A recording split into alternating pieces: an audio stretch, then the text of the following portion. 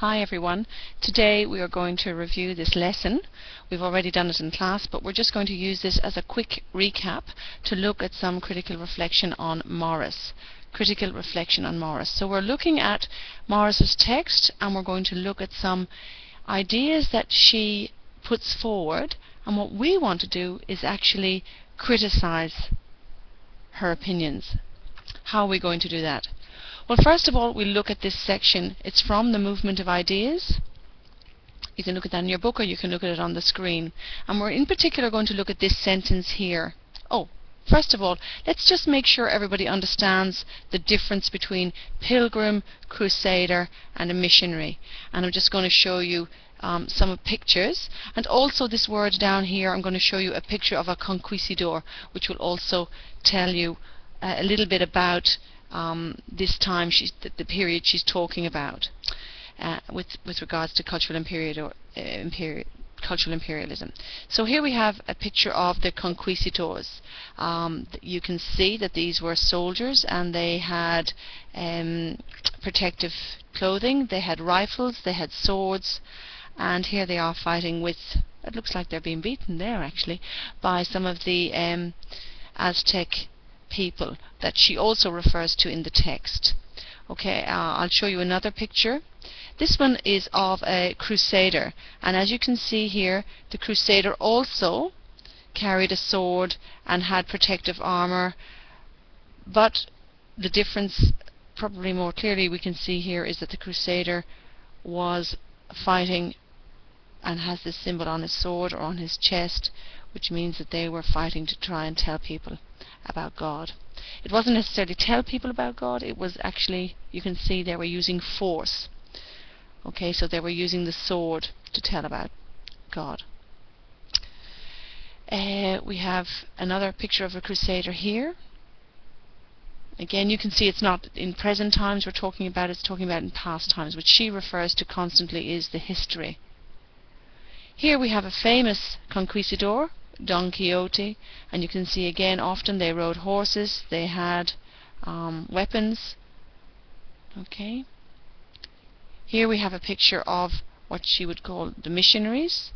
They don't have the swords, that's one big difference, although I suppose we could call it a soft approach, because they were very forceful in their ideas and changed the culture of the pre-Columbian societies.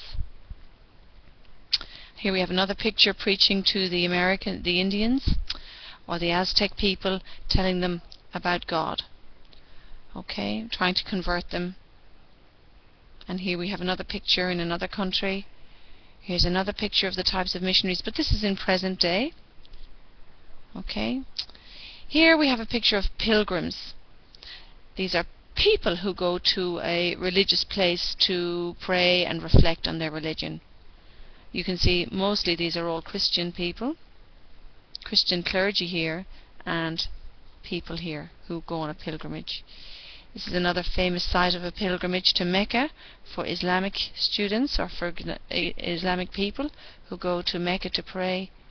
It's part of their a pilgrimage that they would take once in their life. Here we have a Christian one. I think that one is in Lourdes. Okay, so let's go back then to the text.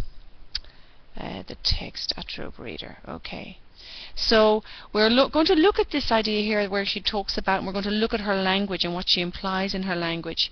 Look at this sentence. She says, Christopher Columbus's voyages and those of his successor not only brought Catholicism to the Americas, but also took the tomato and potato, previously unknown, back to Europe. Now let's look at those words, brought and took. And considering the pictures we've just looked at, were they really just bringing their religion? The word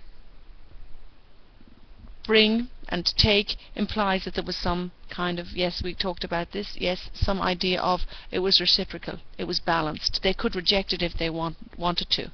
But this is not the case. So we're looking at this implied meaning where she talks about bringing Christianity and taking the potato. And we ask the question, is this a valid comparison? Is it valid?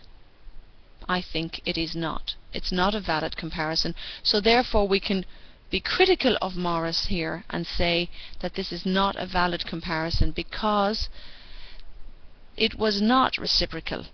It was not an equal influence. It was a do, as we say, or die scenario, situation. So, what she does not talk about here is the power relationship.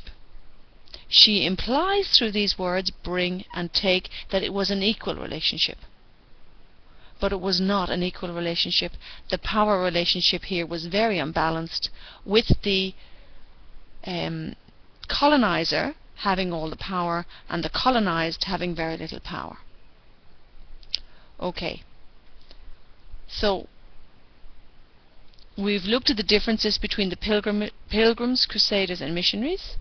We've talked about it in terms of the Latin American experience, and we had a look at the conquistador, we had a look at the pilgrim and the missionaries, and the crusaders were from an earlier period in history.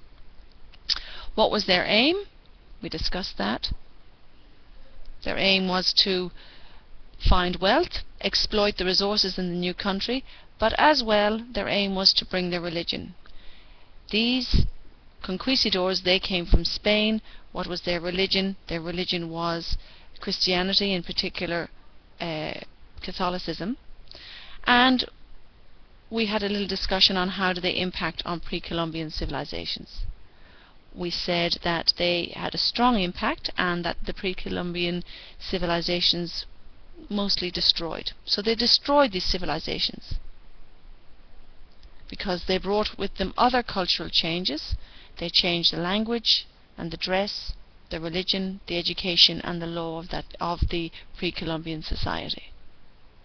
Okay, so there's one critique that we can use to critique Morris's view. We can look at that paragraph there when we start to write our assignment. Okay, let's leave it at that.